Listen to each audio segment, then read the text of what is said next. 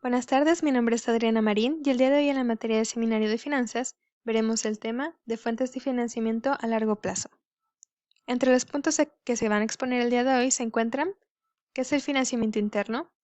¿Qué es el financiamiento externo? Se mencionarán también algunas fuentes de financiamiento a largo plazo, así como la definición y descripción del costo de capital.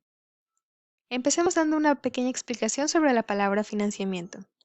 Se entiende por fuente de financiamiento a toda persona o entidad que no pertenece a la empresa y le ayuda a ésta a obtener recursos financieros o fondos suficientes para que esta empresa pueda llevar a cabo sus metas de crecimiento y de progreso. Hay dos tipos de fuentes de financiación, pueden ser tanto internas como externas. Las internas se refiere a todos aquellos recursos que los mismos socios dentro de la organización aportan, ya sea para la formación de capital inicial o para sucesivas ampliaciones. Todas esas aportaciones que los socios hacen se denominan capital social. También están las fuentes de financiación externa, que son todos aquellos recursos que se dirigen a la empresa desde el exterior y tienen su origen en personas e instituciones ajenas a la empresa, y esto se da cuando los fondos de la organización no son suficientes para hacer frente a sus obligaciones. Aquí se mencionan algunas ventajas y desventajas de usar el financiamiento interno. Algunas ventajas son que se pueden autofinanciar ellas mismas y enriquecerse a través de la dotación de reservas. Otra es que no se necesita poner en garantía ningún tipo de bien. Y otra es que es una financiación más barata. Algunas desventajas es que los beneficios no repartidos que van a reservas no son deducibles fiscalmente hablando, y al disminuir los dividendos la rentabilidad de las acciones es menor. Otra desventaja es que la empresa a veces puede contar con recursos limitados. A continuación se mencionan algunas ventajas y desventajas ahora del financiamiento externo. Algunas ventajas son que le permite a la empresa tener un apalancamiento financiero y con ello mejorar los recursos propios reduciendo los riesgos del patrimonio personal. Otra es que se pueden obtener préstamos por montos bastante elevados, dependiendo, claro, del historial crediticio que tenga la empresa. Y tercero, tenemos que las utilidades solamente le pertenecen a las personas que están pidiendo este tipo de financiamiento. Algunas de las desventajas podemos encontrar que se tienen que pagar intereses y a veces esos intereses pueden ser muy elevados. También existen sanciones por incumplimiento de pago y está condicionado por los bancos e instituciones financieras. En caso de no cumplir los pagos acordados, por ejemplo, también pueden haber sanciones legales o en caso de haber dejado, por ejemplo, alguna garantía, esta puede pasar de ser de tu propiedad a pertenecerle a la institución que ofreció ese tipo de financiamiento.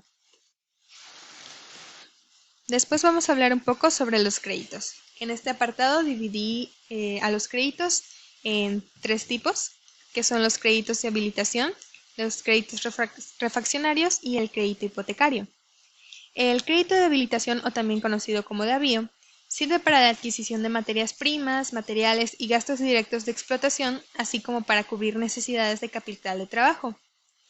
Este tipo de crédito se le puede dar a personas físicas y morales con proyectos relacionados a la agricultura, ganadería, al área pesquera y demás actividades económicas vinculadas al medio rural.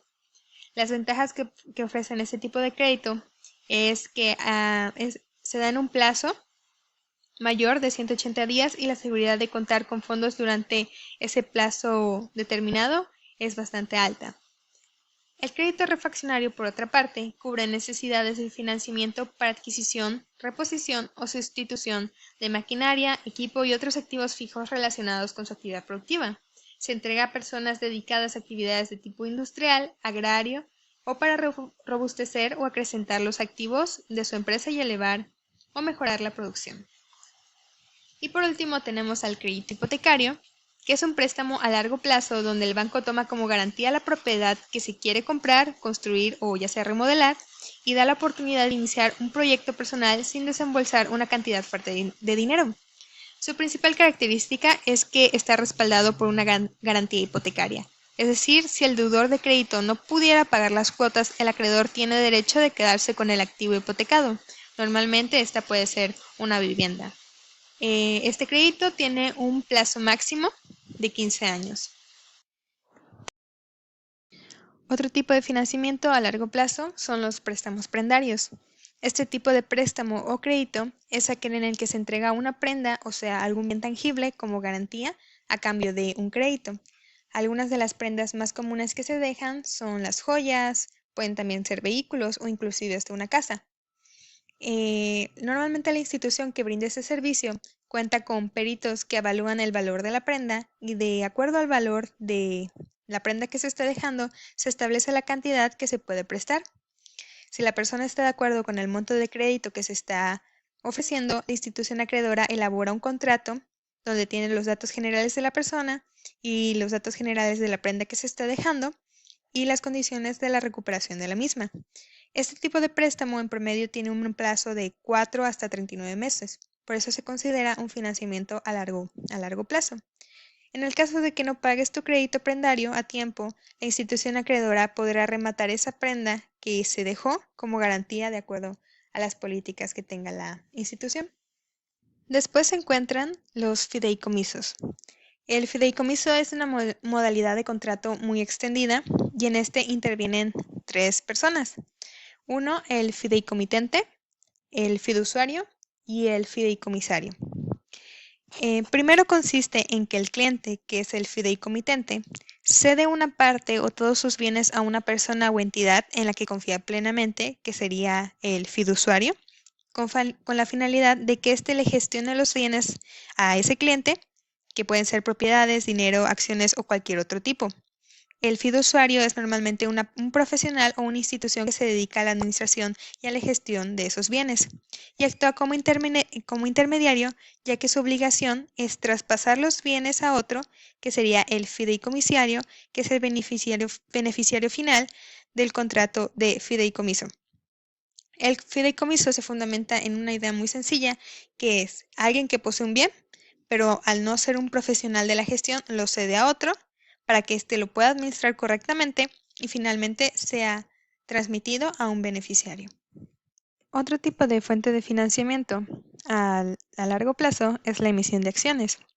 Esta es una operación de crédito utilizada por empresarios como medio de financiación para la obtención de recursos mediante un endeudamiento que se retribuye pagando un tipo de interés.